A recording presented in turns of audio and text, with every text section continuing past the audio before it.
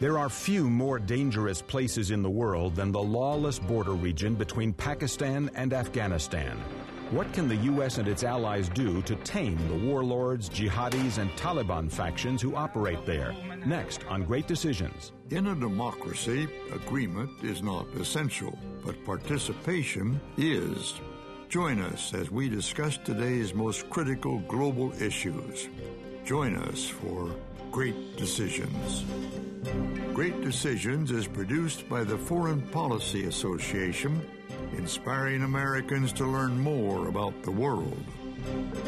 Funding for Great Decisions is provided by the Star Foundation. Great Decisions is produced in association with the University of Delaware.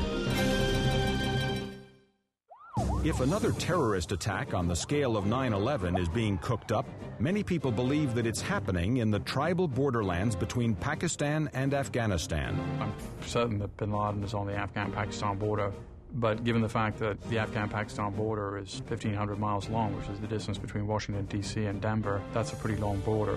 The region has always been a treacherous place: steep, rocky mountains, dusty valleys, few laws, and little industry. The biggest business is smuggling, guns, and heroin. Villages are widely scattered, and the Pashtuns living in them are isolated, impoverished, and mostly illiterate. The tribal areas of Pakistan are among the most neglected areas in terms of social to economic development. But this gloomy territory has been a chessboard where great powers have waged contests of high-stakes conspiracy and global brinksmanship. That was true when the British and Russian empires fought there in the 19th century, and a century later in the Cold War, when the U.S. battled and defeated the Soviet Empire by arming local tribesmen and foreign fighters. Many of those U.S. allies would later become known as the Taliban and Al-Qaeda. After 9/11 and the American invasion of Afghanistan, the Taliban and Al-Qaeda again retreated to Pakistan's tribal belt. Today, the region has become a sanctuary for hundreds, perhaps thousands of militants. 7 years later, the United States is embroiled in an increasingly hot war in Afghanistan, a more deadly war than in Iraq in terms of Allied casualties and indeed civilian casualties as well. From mountain outposts in Pakistan, fighters are launching cross-border attacks into Afghanistan. From Afghanistan, NATO and its allies are firing back. The skirmishes have grown more frequent and deadly. Suicide bombings have claimed hundreds of lives, civilian and military. In the U.S., there is talk of shifting troops from Iraq back to Afghanistan. Taliban have used villages. They go in and hide among the civilians. They go into farmhouses and start shooting out from those. And, you know, when our forces are attacked, they fight back.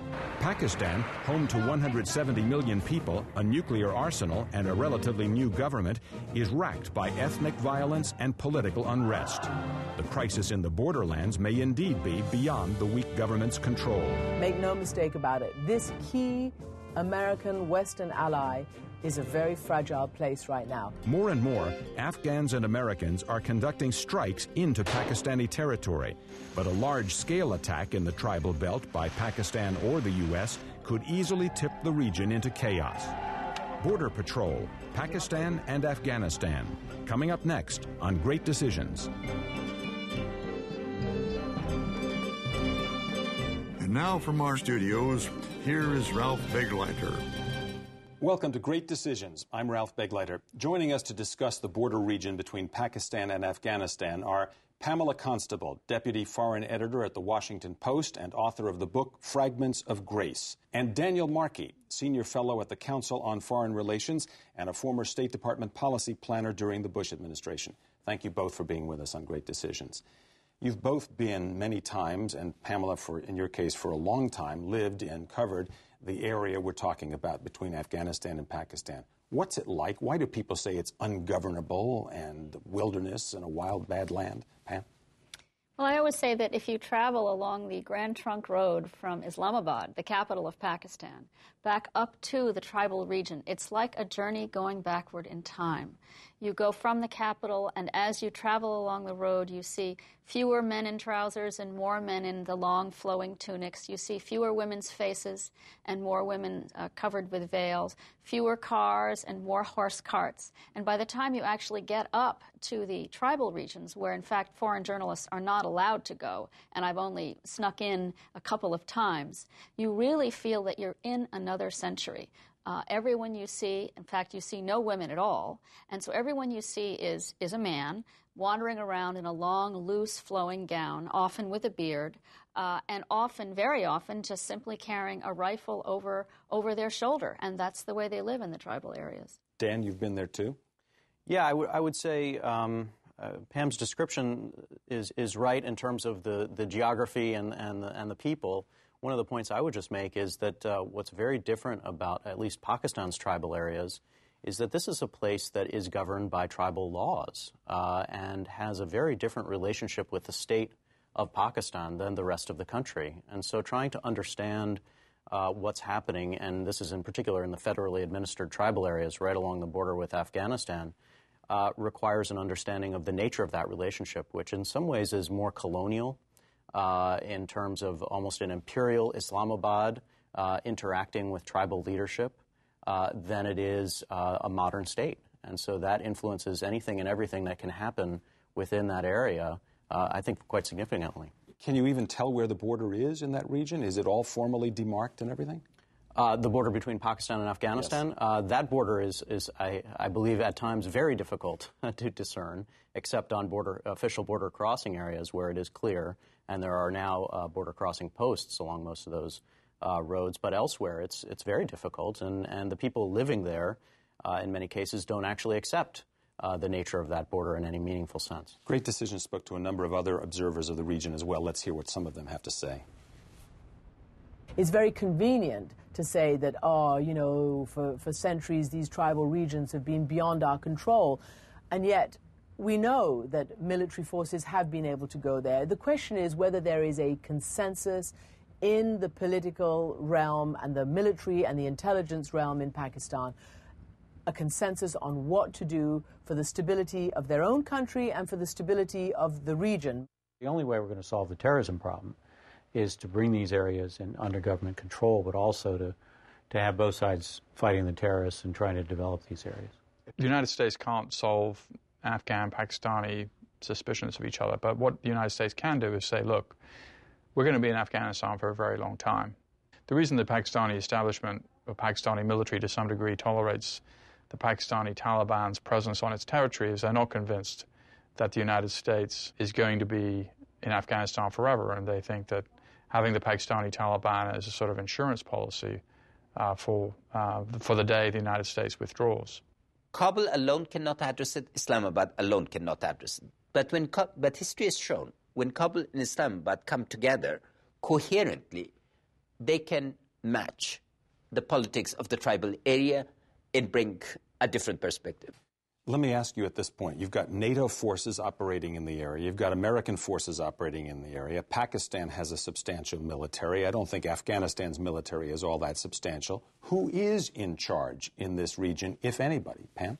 In some ways, there are too many actors. You've had, great difficulty coordinating U.S. and NATO operations within Afghanistan. You've had, recently, in recent months, increasing tensions between the United States and Pakistan over whether this whole issue of U.S. unmanned planes and also now increasingly actual human beings crossing from Afghanistan among U.S. forces into Pakistan's tribal areas to go after particular militant fighters or militant locations is causing enormous tensions with Pakistan, and Pakistani authorities protested very vigorously about this. So even though in theory and in statements everyone's on the same page, you do have, a great deal of difficulty with coordination. The Pakistani military, in many ways, still sees its primary mission as defending Pakistan from India, not from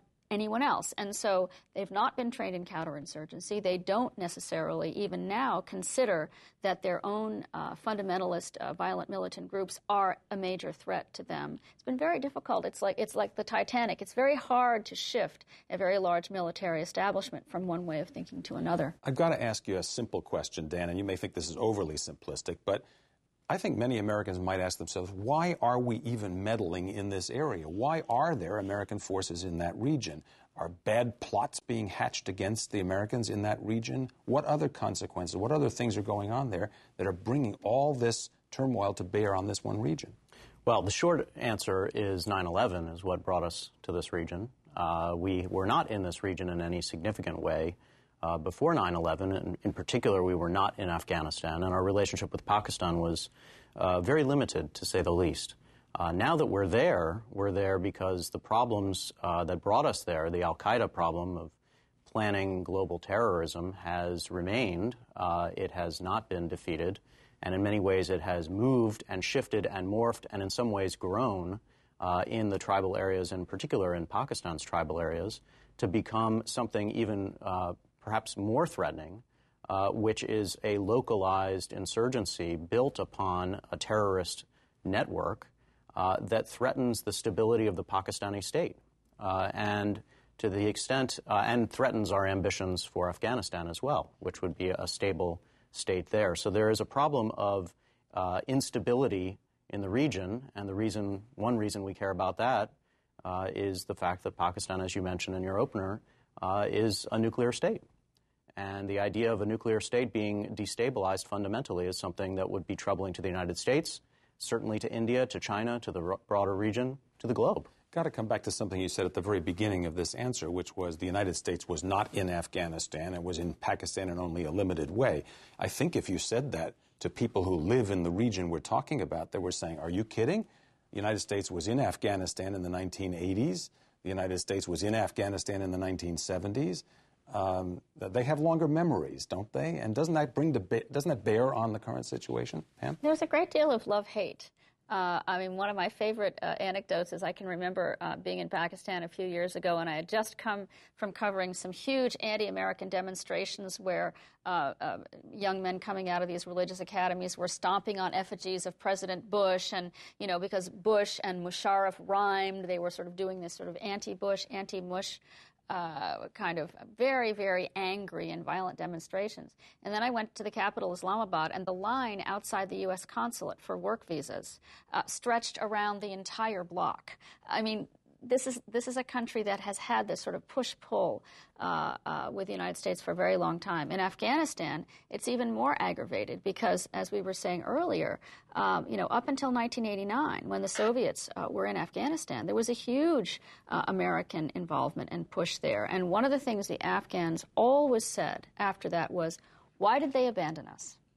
And now that the Americans and the West are back in Afghanistan, the same concerns have been expressed repeatedly by Afghans. They think we're going to leave them again. Let me ask you the question from the American point of view, American citizen point of view, who is looking at the region through gauze, perhaps, and not a lot of detail, and they think, oh, al-Qaeda is there, bin Laden is there, Islamic extremists are there, and that's the reason why the United States should be there.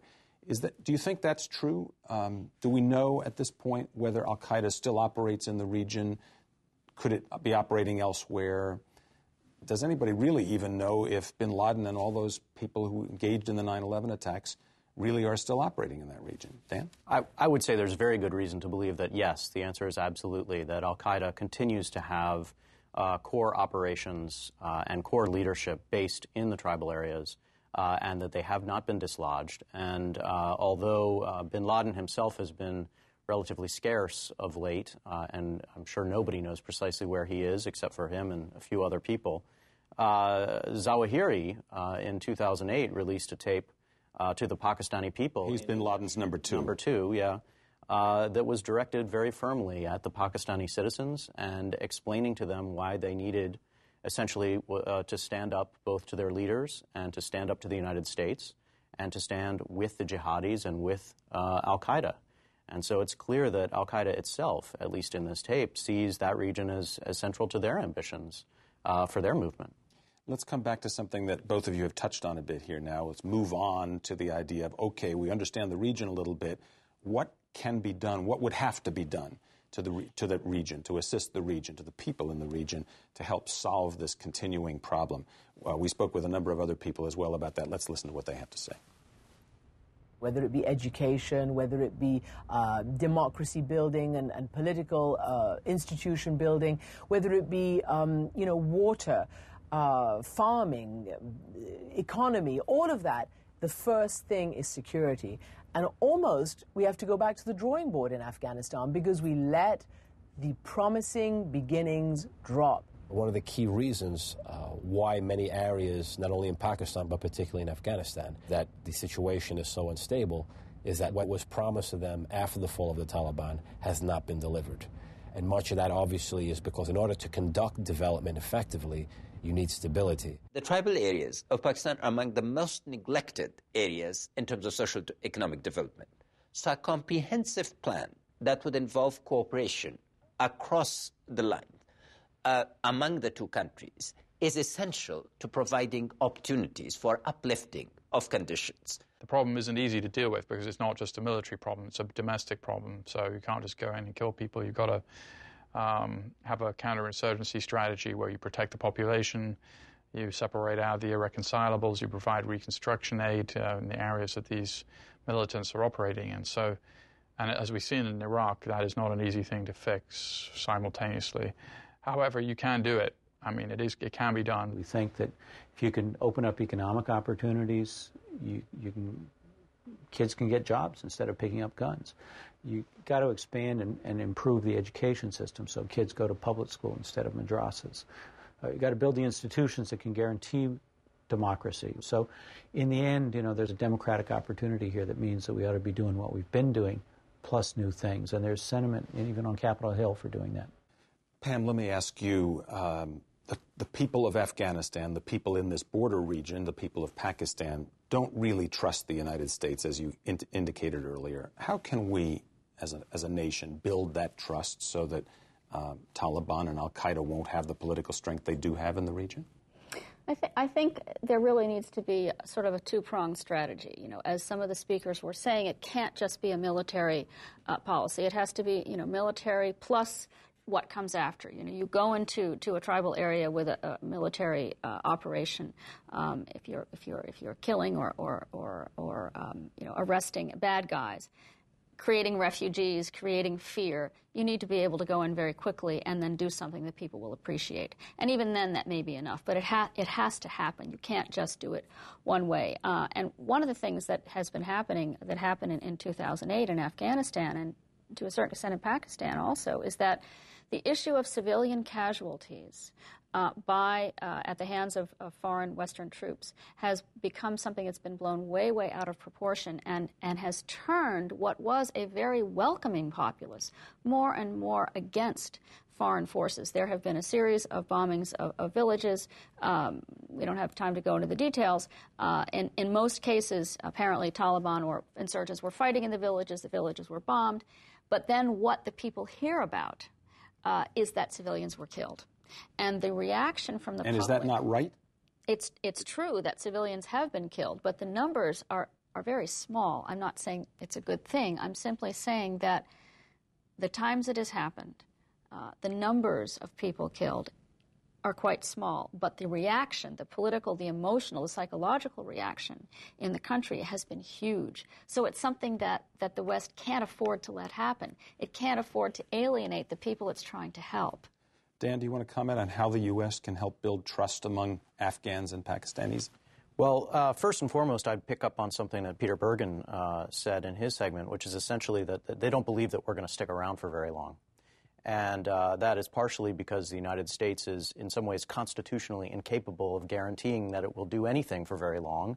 Quite literally, it can't tell other countries that it will do things or budget multi-year without congressional consent. And so it's hard to send signals that the United States government will be in a place for 5 years, 10 years, past the current any current presidential administration. So that's something that we need to try to send better signals in that respect. Invest in ways that look to the people of the country that we intend to be there with our personnel and with our resources. And the other point I would just make is that this is a question of development, of building roads and schools and wells and so on and so forth. It's also a question of governance, though. It's a question of having structures, institutional structures in place Afghan structures or Pakistani structures that can come in and govern in ways that these states have not known and in some cases have never known, historically have never had. And so that's a tremendously difficult thing, and it's especially difficult for us to do from the outside. We don't have good policy tools to do it. We haven't invested in these kinds of things. This is a tremendously challenging, ambitious agenda. If we intend to do it, we're going to have to be at it for a while. We've talked a little bit about the challenges for the United States so far. Let's see what some of our other experts and observers have to say about what the U.S. could do. It's going to require a huge amount of effort by the United States and its allies to really rebuild this relationship and to really figure out how to get Pakistan and Afghanistan back on an even keel to try to address the really pressing issues there. Because if Pakistan and Afghanistan are lost, I mean, you might as well kiss goodbye to stability in that region. Were that capability to be mobilized to look at the region coherently, and particularly to look in Afghanistan and Pakistan together rather than two islands, and then bring Europe, Japan, and China to a strategic partnership that really aims minimally at 10 years of building capable states and functioning markets in the region, the future could be bright. Otherwise, the danger of chaos is very real. There's a new Pakistani administration. There's a new American administration. There's also a new military leadership at CENTCOM, which is the U.S. military command in charge of Afghanistan and Pakistan, which is General Petraeus, who just came from Iraq.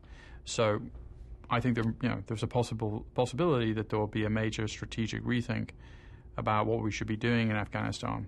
For 200 years, Afghan's been a bloc, and now it's going to be an open hub. And that's the real goal. And to help Afghan achieve that, we've got to stabilize Afghanistan and Pakistan. And then we've got to start opening up the routes for electricity and roads and trucks and all that stuff. We're working on that at the same time. Does Taliban in Afghanistan have a political future? Is it going to run out of steam, or is it going to gain in political stature? Is the United States going to be fighting Taliban for a long time? Pam?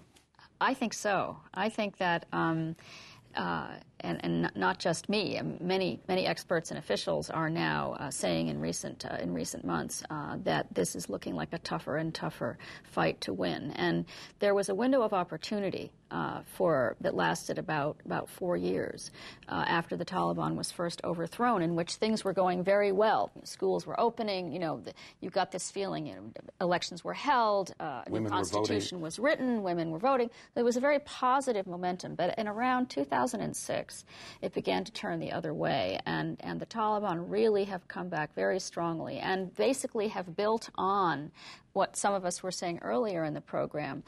Expectations have not been met. Expectations for security, for development, and particularly for justice, have not been met. And so many Afghans are very disillusioned with the government and, by extension, its supporters abroad.